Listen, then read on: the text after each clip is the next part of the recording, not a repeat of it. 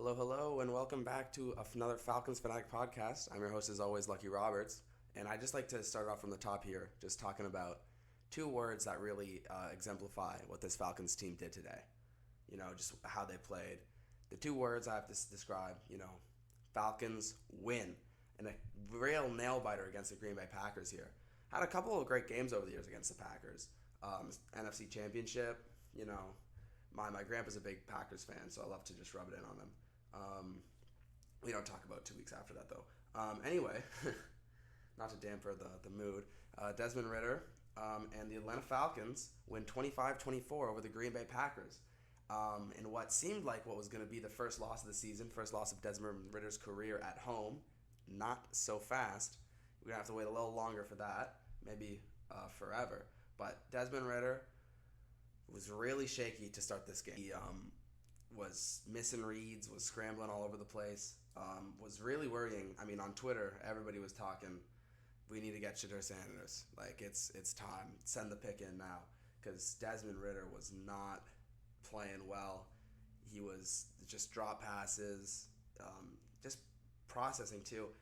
But he calmed himself throughout the game, just as this Falcons team did as they were down 12 in the fourth quarter. They calmed themselves. They gathered themselves. What can we do to win is what they decided. I'm going to stop trying to force it to Kyle Pitts in the red zone. I'm going to stop trying to force it to my receivers. I'm going to let this team do what we can do, and that's run the fucking football. All right?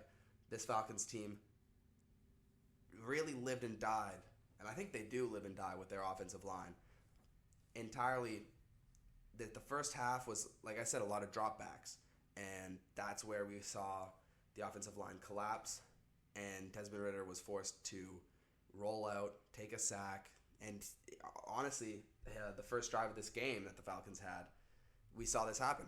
There was a collapse in pressure, I think straight up the middle. Ridder, usually very good with turnovers. He was the fifth all-time first interception, but that interception had to come today. There was pressure up in the front, right in his face. Usually, he just takes it. There was nobody open. Instead, he just lets one float a little bit too much, and it floats right into the hands of a Green Bay Packers defender. And that's when it really started. The Boo Birds really started with Desmond Ridder. Everybody's starting to sour on him. But like I said, I loved what I saw with Desmond Ridder and this team as the game went on. Getting into the game, this is what happened last week as well. They got into the game, they got into their running game, and they really figured out what was worthwhile and what was not. And what wasn't worthwhile was, like I said, forcing these passing windows. So let's talk about this running game. Bijan Robinson with a statement game. 19 carries, 124 yards. Towards the end of this game, Bijan got a little shaken up. 19 carries. I think we're going to be trying to keep that down game to game, especially if he's going to be utilized so heavily as he was this game in the passing attack. I'd like to see that around 15 carries. This Falcons running game had 45 carries today. You never see that in the NFL. Right behind him was Tyler Algier with 16 carries, only 48 yards. He was pretty effective in the first half, but I think his legs died, his power, his pop, his acceleration really died as the game went on, and you just saw he was not getting to the second level, not really getting to lay the boom on those linebackers, instead trying to lay the boom on Rashawn Gary to end, and it just did not work out for him. But he was fine. He was serviceable. He did what he had to do. He laid the boom. He wore them down a little bit, let Bijan do his thing, and he did his thing.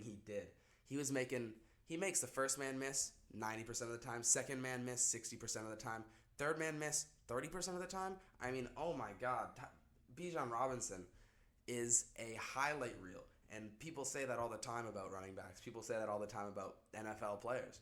Bijan Robinson, if you just played every single of his carries, you would think it's a Bijan Robinson highlight reel. Just the way he makes every man look stupid.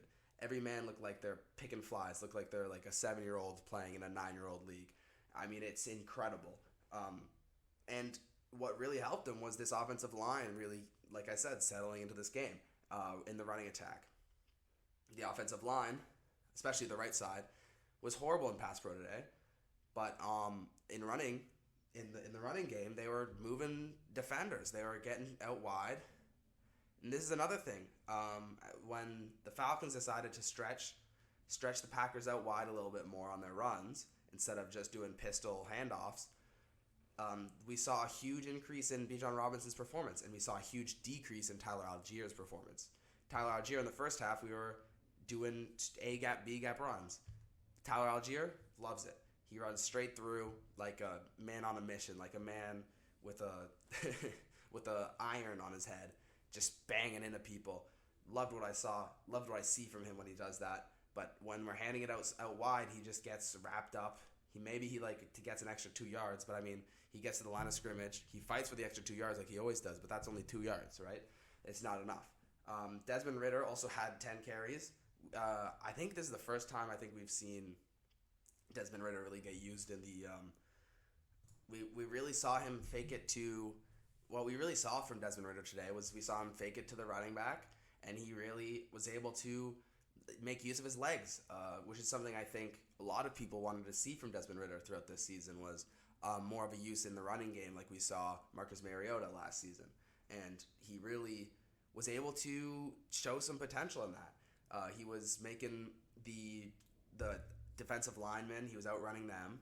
He was getting out of the pocket, and he would be able to make the first guy miss and even lower the shoulder a couple of times, though it wasn't always effective. I don't know how big Desmond Ridder's shoulders are. Definitely not Tyler Allgeier's size.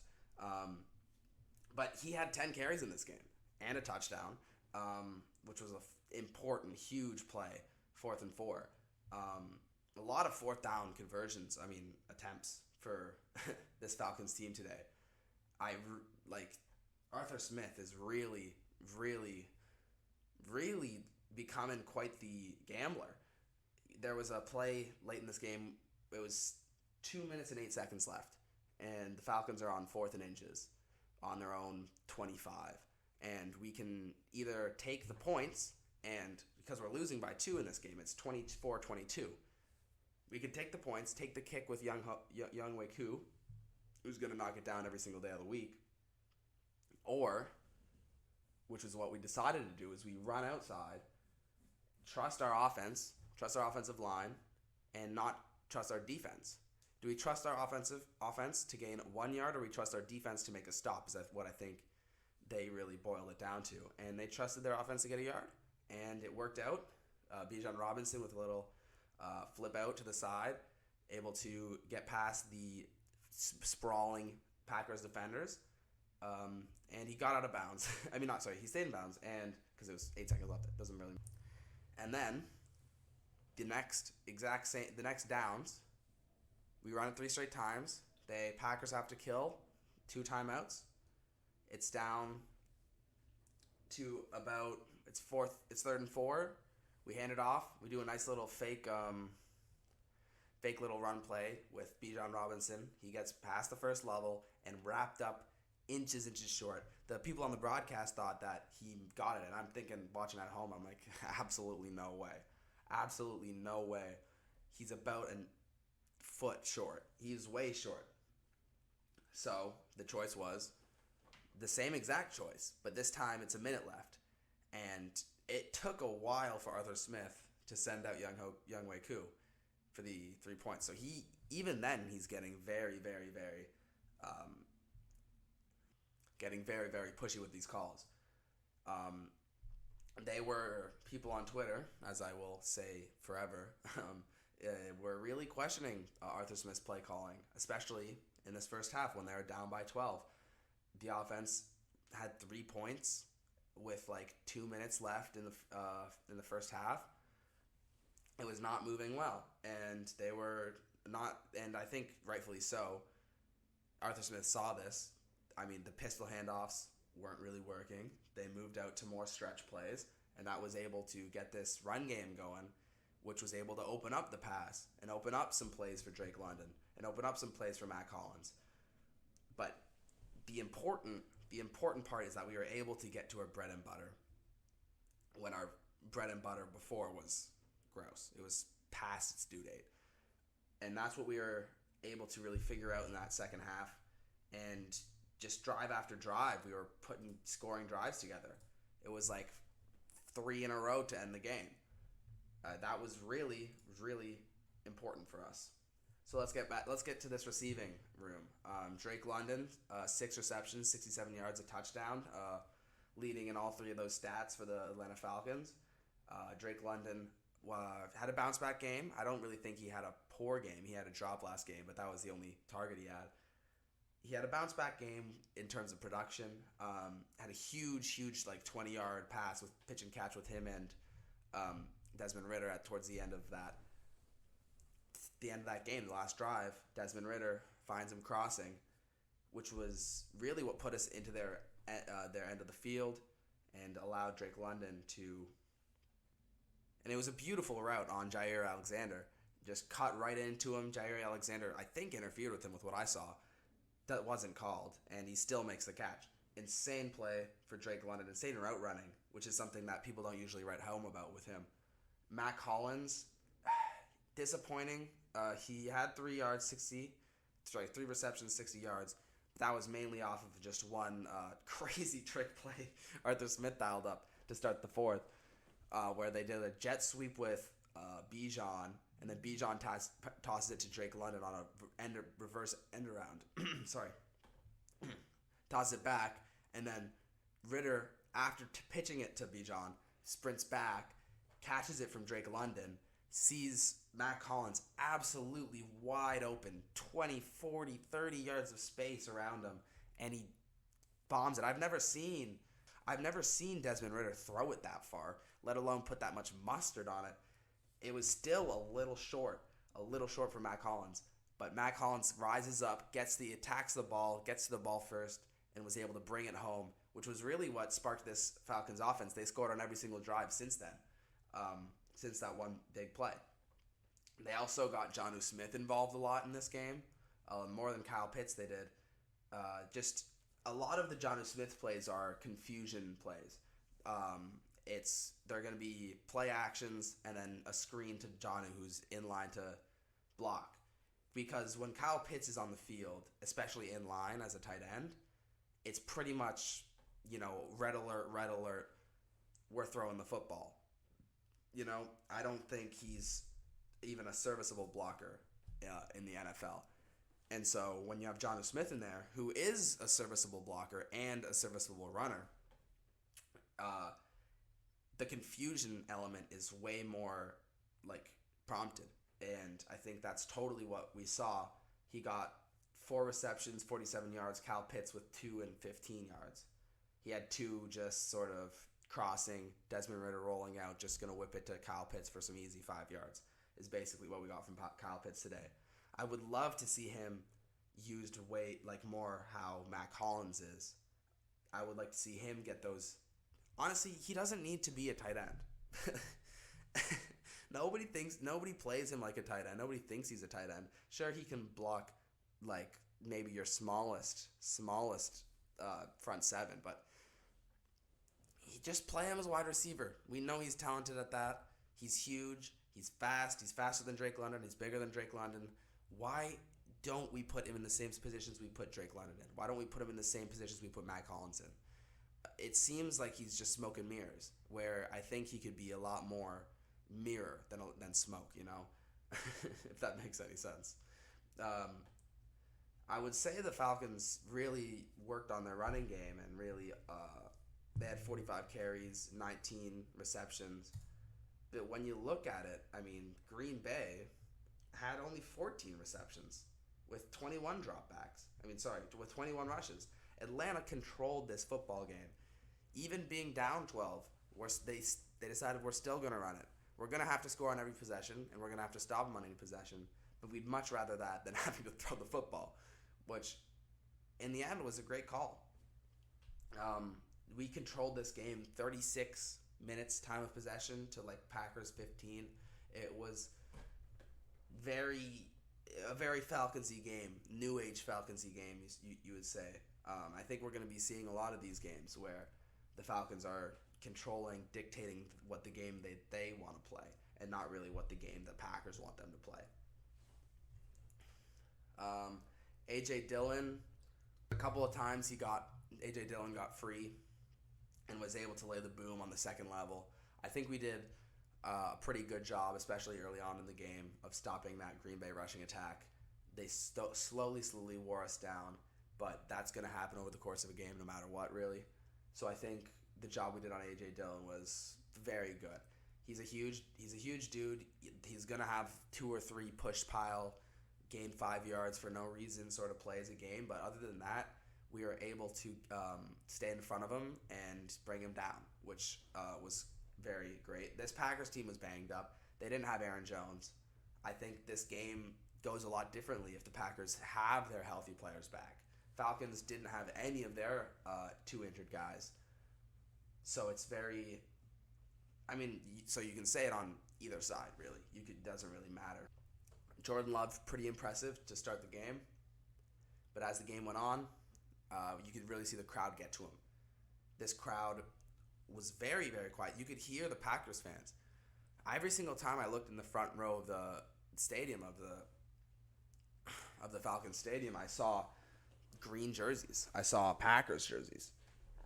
But as the game progressed and the team got more into it and the momentum started to build for the Falcons, Jordan Love could not handle the pressure.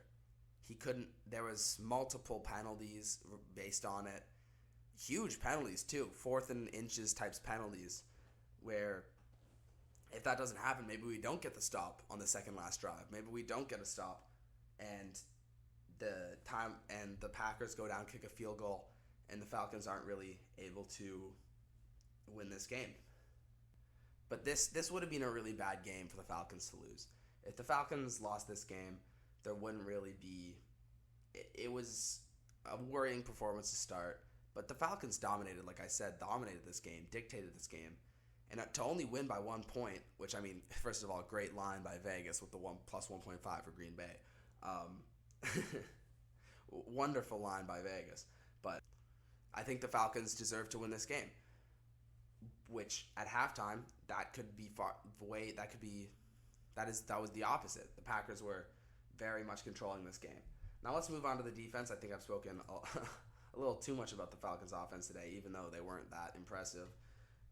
Caden Ellis once again flying around. Nate Landman also flying around. We really love our white linebackers. Really athletic white linebackers, but he was pretty good. I didn't really see a difference between him and Troy Anderson, which I don't know if that's a good thing or a bad thing. I guess I'm going to say it's a good thing. Richie Grant with second high lead. Caden Ellis with a huge sack on the first possession for the Packers, 1 TFL. Nate Landman with the TFL, huge plays. Trey Flowers was getting picked on a lot in this game. There was one point in the second quarter where they had 3 straight throws his way. AJ Terrell could just put a tent down and sleep there. They were not throwing it his way. Trey Flowers was getting picked apart, and you saw us go to D. Alford a lot more and Mike Hughes. And I hope Trey Flowers really, and especially with Jeff Okudah getting back, I don't know if we're going to be able to see too much more of Trey Flowers. We'll see what happens, but was not impressed with his performance today. I was impressed with AJ Terrell's performance. He had a huge stop on a smash concept by the Packers where they sort of just floated to the end zone, man-on-man coverage. He gets back up, hand right where the ball is, swats it. He is being impressive these first 2 games. He's been sticky. I wish his hands were sticky. They are not. He had a huge chance to alter this game with a pick that was dropped. And not to say that Desmond Ridder didn't have his fair share of drop picks and forced throws that should have been capitalized by the Packers. But AJ Terrell, beautiful game, really becoming a lockdown corner. I think the addition of Jesse Bates has really helped him out, just to have another elite defender in that secondary, have somebody over the top who we can trust, who we can believe in. I thought this... I was really hoping to start the beginning of the season that this defensive line was going to be... would be anything but the same as the past year's defensive lines. The only year we had a serviceable defensive line, we made the Super Bowl, and this today was not good. We had how many sacks? One sack today. We had one sack today, which was Caden Ellis coming from the middle linebacker, where they just basically just didn't block him. Calais Campbell, Grady Jarrett, Ebba Cady, Zach Harrison. They got some pressure to the end of this game. I will give them that. I'll give them that credit. And they are moving the offensive line of the Packers in the run game early in this game. But they got worn down, and they were never, ever putting pressure on Jordan Love until the last series, which I give them props. The last series, they got a couple pressures. But we need to be seeing this throughout the game. We're not going to have a chance to win every single game if we're not pressuring the Packers a couple times a drive, maybe. That would be helpful. Just, we need to see some improvement from Ebba Cady, from Harrison. Grady Jarrett, I give, he's a defensive line. He's a defensive tackle. There's not much you can really say to it. He's done his part. Grady Jarrett, I let him off the hook. Zach Harrison, Ebba Cady, Onyemata was good in the run game, I guess. Didn't really rush. Just Bud Dupree got a pressure towards the end. Sure, he's good in the run game. Need to see more pressure from him. Honestly, I'd like to see Lorenzo Carter just on the field more, but that's besides the point. Great tackle by Kyle Pitts. Honestly, if we're not using him as a wide receiver, might as well put him as a corner or a linebacker sort of position. I would love to see Kyle Pitts take over. And, Taquan Graham even, maybe. But this defense was a little worrying towards the middle of this game. But at the beginning of this game and at the end of this game, they set the tone. They would incompletion, pressure. I loved what I saw from them. A worse game than what we saw from the Panthers, but once again, that is the Panthers. They were not good. Bryce Young, it'll be interesting to see how they do on Monday, tomorrow night. But I think what we need to see from this Falcons defense, we did see at some points. We just need to see that more and more often. And it'll be, with the Falcons being one of the oldest units on defense, maybe we do start to see them slip more and more as each game goes further on. But maybe it's ironing out some things. And so I'm hoping that that's what happens. It could go really either way. Younghoe Koo, perfect from field goals, missed an extra point. I really thought that was going to come back to haunt us. There's a couple of times thinking like, man, if we had this extra point, we could go for 2 and we wouldn't need to have a field goal here. Just like certain situational things that extra point would have really helped. But it didn't end up mattering. He made all his field goals, and I'd much rather him make his field goals than miss his field goals and make his extra points. Younghoe Koo, pressure, test, he knocks down every single one. They're all gimmies. I'm not going to sing his praises too much. So anyway, next week the Falcons play the Detroit Lions, a Lions team that almost beat Seattle in overtime. Almost. Close game. High score, high-flying Lions offense. It'll be interesting to see if this Falcons defense can keep up with Jared Goff and Amon-Ra St. Brown. I think we can. David Montgomery with another, I'm not really impressed with him, game. 1 p.m.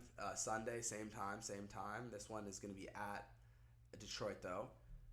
So we'll see.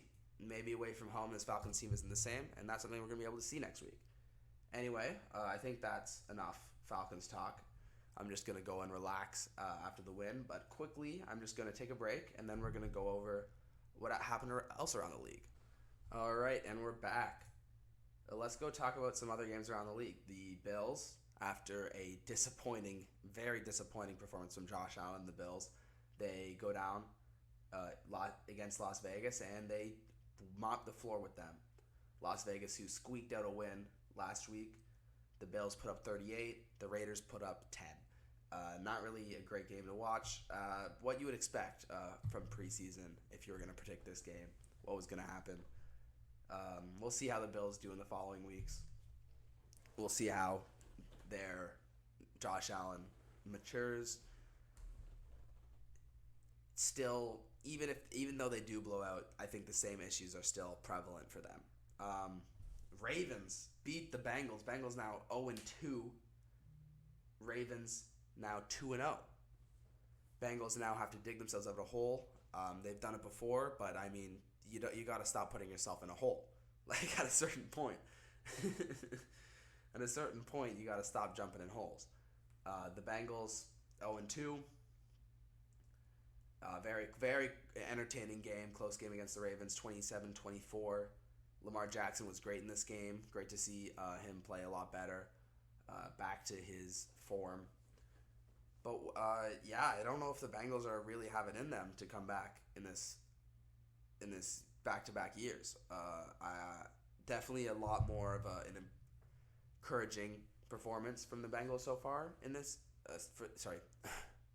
A more encouraging game encouraging game for the Bengals than last game, but they lost. A loss is a loss for the Falcons. Both games not really encouraging. A win's a win though. Falcons this game a lot more encouraging, but a win's a win. A loss is a loss. It doesn't really matter how you get it. So Bengals now 0-2. Let's see if they can jump out of this hole. Like I already talked about, the Seahawks-Lions. High-scoring game, entertaining game. Seahawks eke it out. I think this was an important game for them to win. If they go down 0-2, I think I certainly probably would have wrote them off a little bit and would have had to see them show me something more than they already have. Defense not really looking great for the Seahawks, but they were able to move the ball a lot more. Geno Smith looking like the Geno Smith of old, but not the Geno Smith of old. Lions, Jared Goff, like I said, were able to move the ball. We'll see how they fare against the Falcons next week. Colts, Texans. Anthony Richardson running all over the place. He seems to be the best rookie QB so far. He outduels C.J. Stroud in this game to the tune of 31-20. The Colts are now 1-1. Texans now 0-2. Like I've been saying, pretty chalk if you were to what you would have thought about what would have happened at the beginning of preseason. Colts beat the Texans. I don't think really either team has any chance. Colts, maybe they sneak in, but it's a tight AFC. We'll see. They've had some pretty easy games so far. Chiefs eke out I don't know what the opposite of a barn burner. I guess a barn freezer. Chiefs win a barn freezer against the Jaguars. Trevor Lawrence, my friend started him in fantasy. He was like, "Oh, I should have started Kirk." I'm like, "No, T.L. will be good. T.L. will be fine." No, yikes. The Chiefs wins a win, like I've always been saying, but not impressed with the Chiefs so far. Not looking like the Chiefs of old. We'll see how they can continue to play as they start to get more healthy. But usually in the NFL, you don't get more healthy, you just get more hurt. So it'll be interesting to see how they do that. Buccaneers beat the Bears. I would have loved to see a Bears win. I was really rooting for it. They were up early in this game, but the Buccaneers, Baker Mayfield, just continue to play bad teams and just be like a little better. I don't think this 2-0 record really reflects their talent, but maybe it does. Maybe they prove me wrong, but